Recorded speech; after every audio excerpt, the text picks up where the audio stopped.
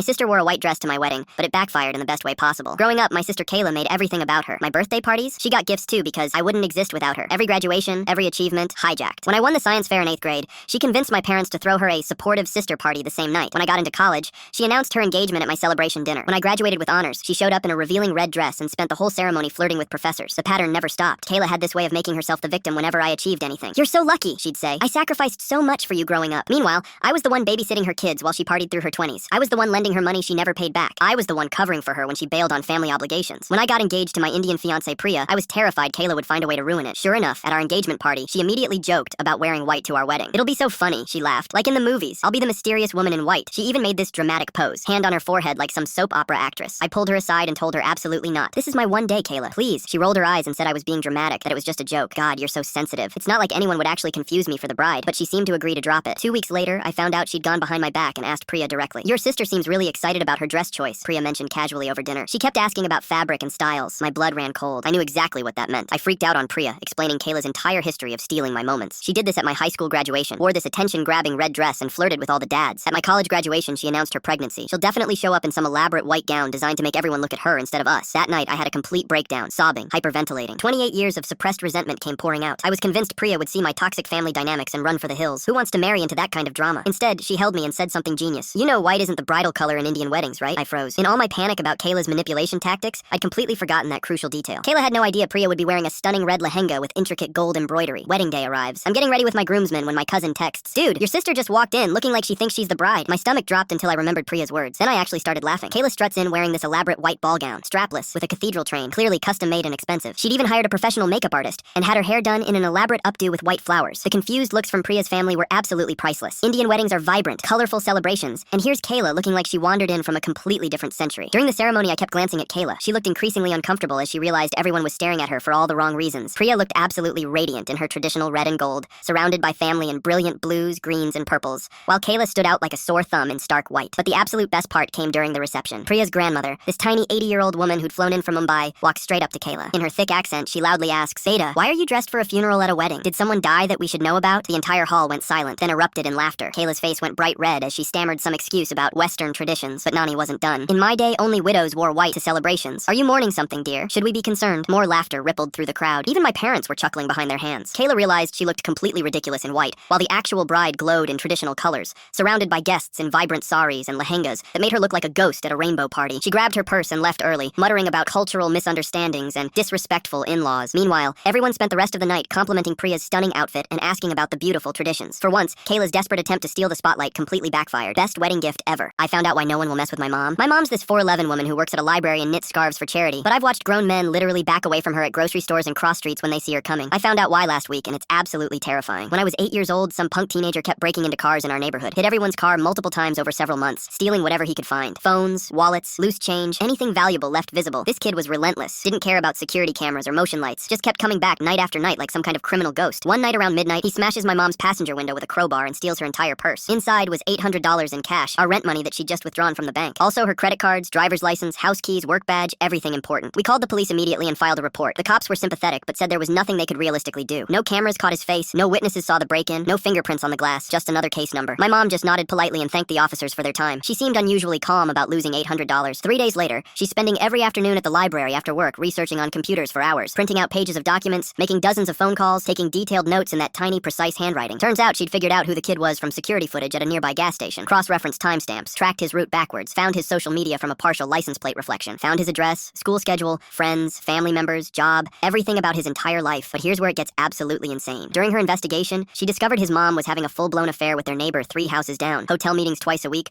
romantic weekend trips, secret calls, the whole betrayal package. My mom spent 2 weeks documenting everything like building a legal case, screenshots, printed emails, credit card statements, photos, meeting times, locations, more thorough than any private investigator. Then she anonymously mailed detailed evidence packages to his dad, his mom's workplace supervisor, grandparents, their church pastor, and half their congregation. She also sent copies to the affair partner's wife, their teenage children, their employers, and homeowners association. Both families imploded within 72 hours. Parents screaming in driveways at 2 a.m., police showing up for domestic disputes, moving trucks the next week, mom lost her job, dad filed for divorce, affair partner's family fell apart. They had to move across town in complete shame. The break-ins stopped that exact day. Here's how everyone in our neighborhood found out what she did. The kid's dad was so grateful to whoever exposed his cheating wife that he went door to door asking if anyone knew who sent the evidence packages. He wanted to thank them personally. When he got to our house, my mom answered in her floral apron, looking harmless as always. He explained the whole situation, thinking she was just another neighbor who might have information. My mom listened sympathetically, making concerned noises at all the right moments. Then she said sweetly, "I'm so sorry that happened, but I'm glad you found out the truth before wasting more years." Something about how she phrased that made him pause and look at her carefully. After an awkward silence, he asked, "Wait, was it you who sent those?" My mom's smile didn't change. She just said, "Your son broke into my car and stole my rent money." I told him through his bedroom window that actions have consequences. The dad stood there in complete shock, staring at this tiny woman who just admitted to destroying his entire family with research skills and stamps. By the next day, he told everyone on our block exactly what my librarian mom was capable of doing. Word spread through the neighborhood like wildfire. Within a week, everyone knew the sweet lady who brings cookies to block parties had obliterated 2 families using nothing but a library computer. Parents started warning their kids about her. "See that nice lady? Don't ever cross her or your life will be over." Store owners treat her with weird respect, mixed with fear. Neighbors stopped making noise complaints near her house. Now I understand why people get that strange look when they see her. They're not seeing a 4'11" librarian who knits scarves. They're seeing someone who can find any secret and use it to systematically destroy your existence while smiling in a floral dress. The research folder is still in her desk drawer. Sometimes I catch her adding newspaper clippings to it. I've never asked what those are for. I told my mom that I'm disgusted by and ashamed of my sister. It started when my sister Chloe came home crying because her boyfriend Jake dumped her. She's 25 and I'm 17, but she always acts like she's the victim in every situation. This time was different though. She kept saying Jake was horrible and cruel, but when I asked what happened, she got all shifty. She said he broke up with her out of nowhere and kicked her out of his apartment, but then she mentioned she still had keys to his place because she forgot to give them back. The next day, she left early in the morning and came back with this huge golden retriever. I recognized him immediately. It was Buster, Jake's dog. Jake loved that dog more than anything. When his grandpa died last year, Buster was the only thing that helped him through it. I asked Chloe why she had Buster, and she got this weird smile on her face. She said Jake didn't deserve to keep him since he broke her heart. Then she said something that made my stomach drop. She told me she was going to take Buster to the vet tomorrow to put him down as payback for what Jake did to her. I couldn't believe what I was hearing. This dog was completely healthy and happy, just confused about being in a new place. Buster kept looking around for Jake and whining by the door. It was heartbreaking. I told Chloe she was being insane and she couldn't just kill someone's dog because she was upset. She laughed and said Jake should have thought about that before he decided to hurt her. Then she said if I told anyone, she'd make sure I regretted it. That night I couldn't sleep. I kept thinking about Buster and how scared he must be. Around 2 a.m., I heard Chloe on the phone with someone, probably making the vet appointment. I knew I had to do something. The next morning, Chloe left for work and told Mom she was taking Buster for a walk later. Mom didn't know the whole story. Chloe just said Jake asked her to watch his dog for a few days. As soon as both of them were gone, I called Jake. He picked up on the first ring and sounded terrible. I told him Chloe had Buster and was planning to put him down today. He went completely silent for like 10 seconds, then started freaking out. He said he'd been looking everywhere for Buster and thought maybe he got out somehow. I told Jake to come over now while Chloe was at work. He was at our house in 15 minutes. When he saw Buster, he literally started crying. Buster went crazy with excitement, jumping all over him and licking his face. I opened the door and Jake carried his dog out to his car. Before he left, Jake told me what really happened with Chloe. She didn't just get dumped, she cheated on him with his best friend Marcus. When Jake found out, he broke up with her and told her to move out. She stole Buster on her way out and left Jake's spare key on the counter, so he thought she was being mature about the breakup. A few hours later, Chloe came home and went straight to look for Buster. When she couldn't find him, she started screaming my name. She found me in my room and absolutely lost it. She called me a traitor and said I had no right to interfere in her business. Then Mom came home and asked what all the yelling was about. Chloe told her I let some guy steal her dog. She made it sound like I just gave away her pet to a random stranger. Mom looked disappointed in me and asked why I would do something like that. That's when I completely snapped. I looked at both of them and said I was disgusted by and ashamed of Chloe. I told Mom the truth about everything. How Chloe cheated on Jake, stole his dog, and was planning to kill an innocent animal just for revenge. Mom's face went pale as I kept talking. I said Chloe was sick in the head, and I was embarrassed to be related to someone so cruel and heartless. I told her she was a pathetic person who couldn't handle consequences for her own actions. Chloe tried to interrupt and deny it, but I kept going. I said she was the kind of person who would hurt anything or anyone to make herself feel better, and that Jake was lucky to be free of her. I finished by saying I meant every single word, and I'd rather have no sister than have her. Mom just stood there staring at us. Chloe ran to her room crying and slammed the door. Mom asked if everything I said was true, and I told her yes. She sat down on the couch and put her head in her hands. Later that night, Jake texted me to say thank you, and that Buster was safe at home. He also said he was thinking about pressing charges for theft, but decided against it because he just wanted to move on. Mom came to my room around midnight and said she talked to Chloe. Apparently everything I said was true. Mom looked really hurt and said she didn't know Chloe was capable of something so cruel. She thanked me for doing the right thing, even though it was hard. Chloe hasn't spoken to me since. She moved back in with our dad across town and only comes by when I'm not home.